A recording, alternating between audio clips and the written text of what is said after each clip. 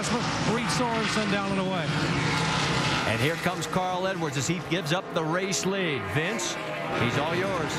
One of the advantages for the 60 of Carl Edwards is that the two cars in front and behind him have both wrecked out of the race, so it's an easy entry and exit for Carl Edwards. They remind him 3,900 RPM on the entry, no speeding on pit lane.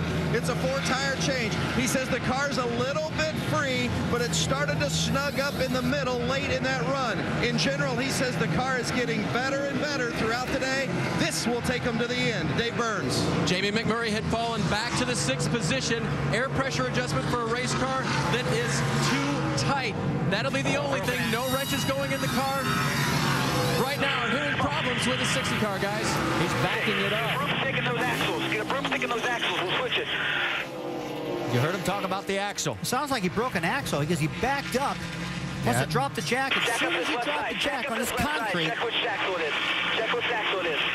Yeah, they got to find out which one it is. It's kind of hard to tell there sometimes. It is, left rear. Left rear. Take the cap off. Get the tools, take the cap off. We're going to take the cap on the other side. Take the cap off the other side. Feed it all the way through. That axle's going to be in 2 pieces, and they're going to have to push it out. You saw that rod they have? They have to get both axle caps off, get the good axle out so they can actually push this rod through to push the broken axle in 2 pieces out of the other side. With this happening under green, Carl has finished in the top 10 in all 6 prior races. The only driver to do it. It ain't going to happen today. Not today. No, this is a big issue. Here's the other irony. He has won 3 times here in the Cup Series, but has never won in the Nationwide Series here at Texas. Well, there's been many times on pit road when you come down pit road, you see Kevin Harvick out there running. But when they come down pit road, you pit on concrete, that really gives a lot of bite to the rear tire. Seen a lot of guys break axles doing that. Now, you see Kevin Harvick, he's still out there on the racetrack. Remember, he made that pit stop to fix this damage, and he got some extra fuel, so he can go longer than the rest of these other cars. Let's go back and listen.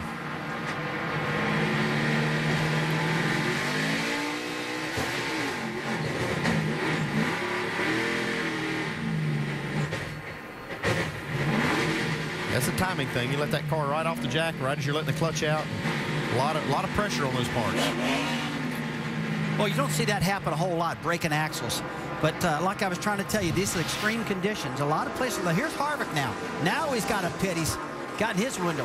Hey, Jamie. The last time he filled up with fuel was lap 81. He said he's gotten extremely loose now. They're going to try to fix that with air pressure adjustment, 4 tires, and fill it up with Sunoco fuel. Yeah, it makes you wonder if that damage isn't kind of contributing to that loose condition that he's experiencing now. Good pit stop, 14.2. All this action happening under green. Harvick comes back out. Our new race leader right now is the 15 of Michael Annett. Now, Annett last pitted on lap 82, and we are working lap number 141. So he is getting some great fuel mileage. And now he's signaling that he is getting ready to come in. You can see him hand out. Tell you what, that's the way you do it, too. Give these guys a signal. Hey, you're getting ready to pit. Like I said, you're running over 200 in the straightaways. You just can't pull out in front of them. Good signals. Got the car to the bottom of the racetrack. Getting it down into 2nd gear right now. Hard on the brake. And getting to the first timing zone. First laps led this season for Michael Annett as he is our 7th different leader. And he's got a long way to go to come down to you, Vince Welch. Well, Michael Annett has been fighting a car that at times it's been loose and at times it was tight. It was tight early on, loose later in the run. He was humorous on the radio earlier when he told his crew, I could maybe go faster if y'all be quiet. So he was obviously being distracted by all the radio communication. But they've been working on this car, making it better and better. And at this point, a 4-tire fuel with just a slight air pressure adjustment for the 15 of Michael Annett. And you can see the 60 crew taking the car behind the wall. Kyle Busch, a late race leader again. He's 1.5 seconds ahead of James Buescher, but Buescher has yet to make his stop. Yeah, you see him pushing Carl Edwards' car behind the wall, and the reason for this is NASCAR doesn't let you sit out on pit road and make these kinds of repairs. If it's going to take more than a minute or so, they're going to make you go back behind the wall and fix it, and that's what they're doing. Well, Kyle Busch has now led 100 laps in this race. In the last 3, he has led 88% of those laps. He won all of those. Tuesday night on ESPN, filmmakers Adam Curlin and Lucas Jansen chronicle the early development and ultimate explosion of rotisserie baseball. It's the first fantasy league, and it shines a light on the founding fathers. Silly little game on ESPN Tuesday at 8 Eastern is part of ESPN Films' critically acclaimed 30 for 30, presented by Levi's. Let's go check in on our race leader, Kyle Busch. He has now led 110 laps, Doc. Well, in this chess game that is NASCAR, all good crew chiefs must be thinking way, way ahead. Now, even though we have 50 laps to go in this race, here's what Jason Ratcliffe said just a moment ago to his driver, Kyle Busch. Right now, we're 6 laps short on fuel. You got, I wouldn't be overly concerned about it right yet, but you got 5.5 seconds back to the 20 car. Now, Kyle asked him a moment ago, what about Joey, the 20 car? He said, well, Joey's probably about 3 laps shy on fuel. But they also told Kyle that maybe some of the Fords back in the top 10, including that 98 car, could make it the rest of the way. So you've got to save fuel. Let's update Joey Logano. Dave. Doc, I can definitely confirm that because they told Joey, you will have to stop one more time. They thought Kyle might try to save, but they expect Joey to be on pit road with a race car that came to him this run about lap 13. And as for the 98 of Paul Menard in position 9, his group told him, keep it coming. The leaders are going to be short on fuel. You're not. So fuel strategy could play a role here, crew chief. Yeah, I don't see another car, that 88 car, Jamie McMurray. I think he can go all the way. We've heard of the cars that can't. Greg Biffle running 3rd. I'm not sure if he can make it or not, but if this thing goes green, it's going to get interesting. Well, the drive for 5 is certainly alive for Kyle Busch as he continues to lead by 5.7 seconds. And we were talking during when we heard that he could go ahead and roll out of the throttle, and just in case this did stay green, save his crew chief some fuel.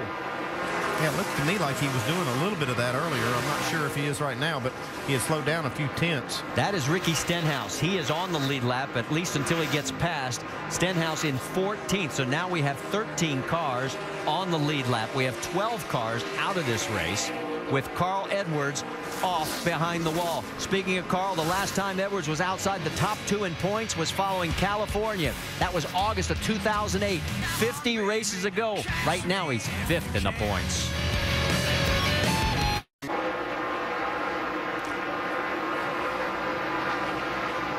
Back here at Texas Motor Speedway, Kyle Busch has now led 118 laps, and he has moved in to the points lead, believe it or not, if the race stays the same. Edwards, with his broken axle, has lost 102 points as of right now.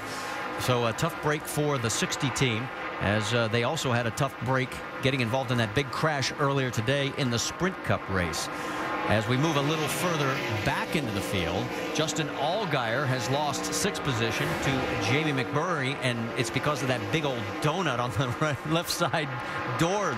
Take you back and show you exactly what happened. And again, it's coming out of turn 2. They just run out of room. Boy, off turn 2, the flatness of the racetrack. See McMurray's car just take off. See that right front fender of his car caved in a little bit right now. It didn't help either car right there. Let's take a look from inside the 88 now. Bam! Just, boy, that door got... Slow car ahead here. Just keep your eye on that 24, man. No pressure behind, no pressure. Kind of the same wreck we saw with Clint Boyer earlier, Andy, when he got into a little damage. Yeah, it kind of looked like when Boyer and Harvick got together, it's the same place. Not quite the same result. The angles were a little different, not quite as hard a contact, but the same situation. Well, Verizon Wireless customers, you can text Champion to 43776 for exclusive Champion Chats content from our NASCAR Now Roundtable experts. We mentioned the fact that the 60 of Carl Edwards, they are working on it back in the garage area, Vince.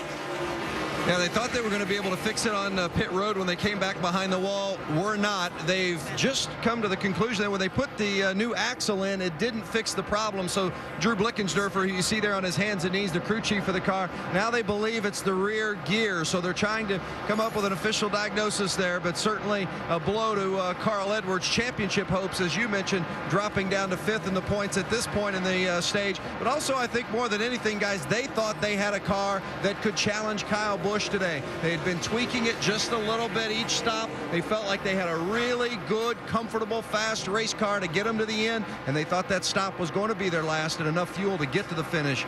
Not going to happen today. His last DNF for Carl was back at Michigan last August when he crashed out of that particular race, and this will snap an 18 total race streak of top 10 finishes for the 60 car. Let's take a look at the right front fender on Jamie McMurray's number 88 car. This makes me a little bit nervous after what I saw with Clint Boyer's car.